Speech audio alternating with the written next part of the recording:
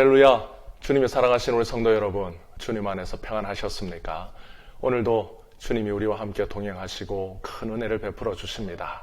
그 예수님의 은혜와 사랑 가운데 살아가는 우리 모두가 되시기를 주님의 이름으로 축복합니다. 오늘 우리가 함께 보실 주님의 말씀은 요한복음 1장 31절, 32절 말씀입니다. 나도 그를 알지 못하였으나 내가 와서 물로 세례를 베푸는 것은 그를 이스라엘에 나타내려 함이라 하니라. 요한이 또 증언하여 이르되 내가 보매 성령이 비둘기같이 하늘로부터 내려와서 그의 위에 머물렀더라. 아멘. 여러분, 고려 시대에 비슷한 그때 중국은 송나라라는 시기였습니다. 근데 그 송나라의 수도가 개경부라고 하는 곳이었는데, 이 개봉부는 그 당시에 송나라 수도였기 때문에 많은 관리들과 또 왕가의 친척들이 살고 있었죠. 그러니까 어떻게 보면 권세를 가진 사람들이 많이 사는 이 개봉부, 송나라의 수도는 누가 어떤 재판을 잘 하느냐, 이게 굉장히 중요했습니다. 그때 우리가 잘 알고 있는 포청천이라는 사람이 그 개봉부의 최고 관리로 있었습니다. 그의 본래 이름은 포증이었지만 우리는 포청천이라고 하는 이름으로 더 잘 알고 있죠.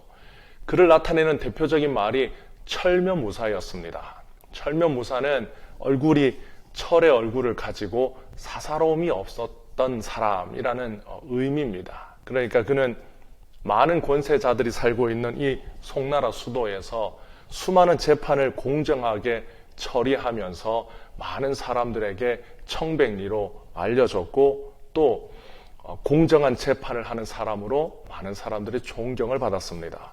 그런데 우리가 드라마로 보았던 그 포청천 하면 우리가 떠오르는 이미지가 하나 있는데, 그건 바로 작두입니다. 그 드라마 마지막에 극히 나쁜 일을 한 자에게 판결을 내릴 때 개작두를 대령하라 라고 하는 그 마지막 그 외침으로 사람들은 권선징악이 이루어지는 그 쾌감을 느끼게 되는 거죠. 그래서 실제 그 송나라에는 작두형이 없었지만 후대의 사람들이 그 포청천의 공명정대함을 이렇게 각색하면서 작두형이라는 걸 가지고 오게 됩니다. 그래서 포청천 하면 떠오르는 이미지가 바로 작두입니다. 예수님은 이 세상에 오셔서 공생애를 시작하는 바로 그때에 먼저 세례를 받으셨습니다.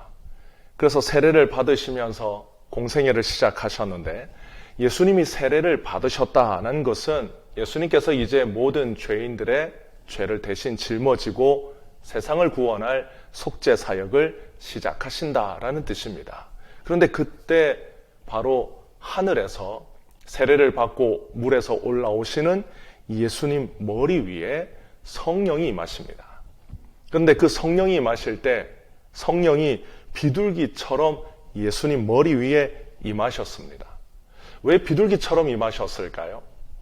예수님 머리 위에 성령이 임하실 때 성령이 번개처럼 임하실 수도 있고, 바람처럼 임하실 수도 있고, 칼처럼, 아니면 포청천처럼 작두의 이미지로 성령께서 그렇게 임하실 수도 있고, 불처럼 임하실 수도 있습니다. 그런데 예수님 머리 위에 임하신 성령은 비둘기처럼 임하셨습니다. 예수님 머리 위에는 다른 어떤 것이 아니라 바로 예수님이 이 땅에 오신 목적이 분명하게 나타나는 상징으로 성령이 임하셔야 합니다.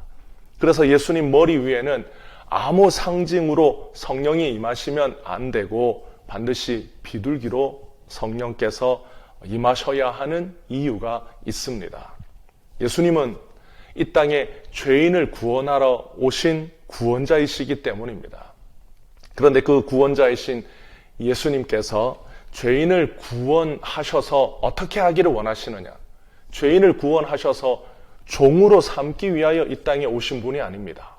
죄인을 구원하여 하인처럼 부리기 위해서 예수님이 이 땅에 오신 게 아니라는 거죠.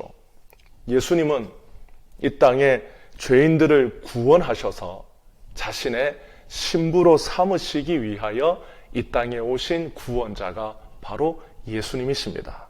예수님은 칼이나 무기 같은 그런 어떤 것으로 이 땅의 죄인들을 심판하러 오신 분이 아니라 바로 죄인을 구원하여 자신의 신부로 삼기 위하여 오신 신랑 되신 분이 바로 예수님이십니다. 그래서 구약 성경의 아가서를 보면 신랑이 자신이 사랑하는 신부를 향하여 노래를 부를 때 나의 사랑, 나의 비둘기라고 이렇게 불러줍니다. 아가서 5장 2절에 보면 나의 사랑, 나의 누이, 나의 비둘기, 나의 완전한 자야. 이렇게 신랑이 사랑하는 신부를 향하여 사랑의 목소리로 애타게 부르는 음성이 나타납니다.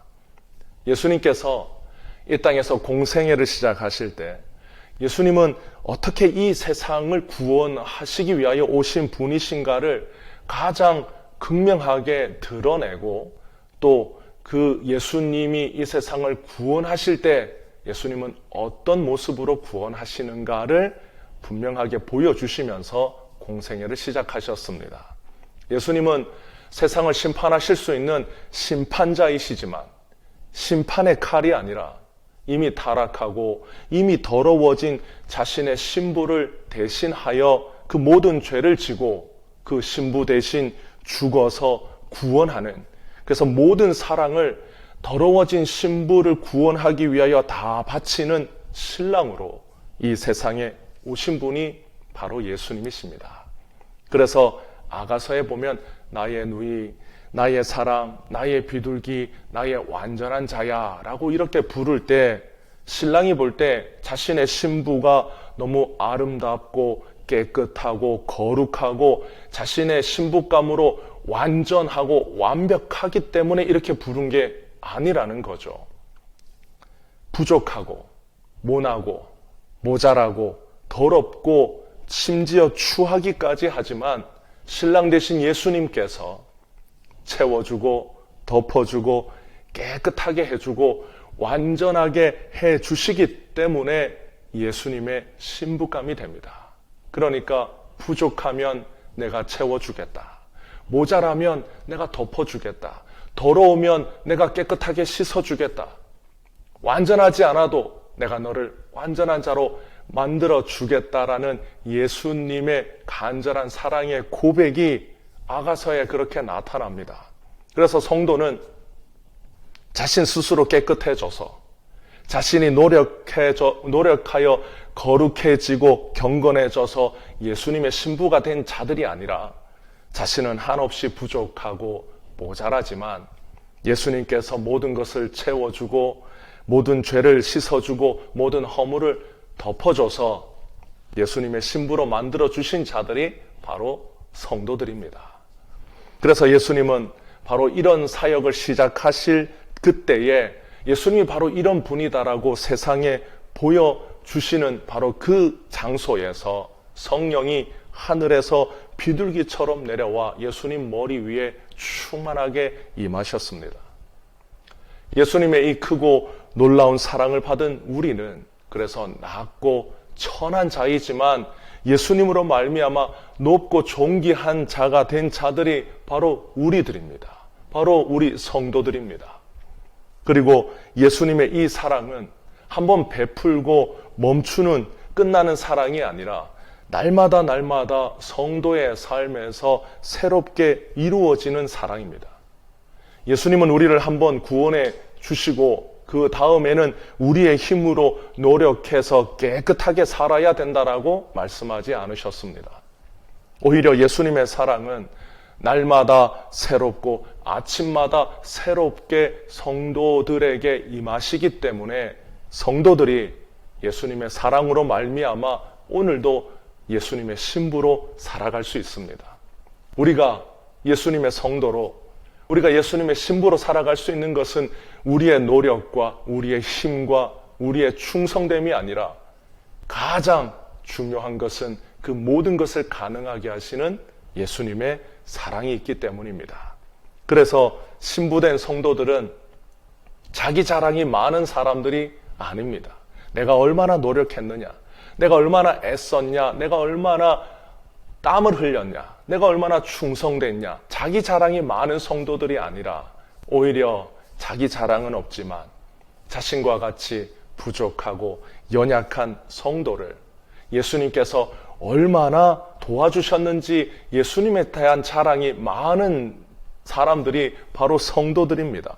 그래서 성도는 자신의 신랑 되신 예수님이 얼마나 좋으신 분이신지, 그분이 얼마나 나를 사랑하시는지 날마다 신랑 되신 예수님을 자랑하는 자이고, 날마다 높이는 자이고, 날마다 그 신랑 되신 예수님의 사랑을 기뻐하고 누리는 사람들이 바로 성도들입니다. 여러분, 오늘 예수님께서 우리에게 칼을 들고 우리에게 심판대를 들고 우리 앞에 나타나셔서 이 세상을 심판하시는 분이다라고 찾아오시지 않으시고, 오히려 예수님이 아니고서는 결코 구원을 이루지 못할 우리를 위해서 대신 죄를 짊어지고 대신 우리를 위하여 십자가에서 죽으시고 우리의 모든 죄를 다 담당해 주신 그 예수님의 사랑이 있었기 때문에 우리가 예수님의 신부가 되었습니다. 사랑하는 우리 성도 여러분, 주님의 이 사랑 때문에 우리가 예수님의 신부가 되지 못할 자들이었으나 주님의 신부가 되었습니다. 비둘기 같은 성령으로 충만하신 예수님께서 더럽고 추한 죄인을 찾아오셔서 깨끗하게 해주시고 우리의 모든 죄를 덮어주시고 심지어 우리를 예수님의 신부로 살아갈 수 있도록 우리를 완전히 새롭게 해주시고 날마다 그 사랑을 베풀어 주십니다. 그 은혜와 사랑이 오늘 저와 여러분의 삶 가운데 날마다 새롭게 역사합니다. 이 좋으신 신랑 되신 예수님을 오늘도 사랑하고 오늘도 더 깊이 우리가 그 예수님을 의지하고 오늘도 우리를 이렇게 사랑하시는 그 예수님의 사랑으로 가득한 여러분의 삶이 되시기를 주님의 이름으로 축복합니다.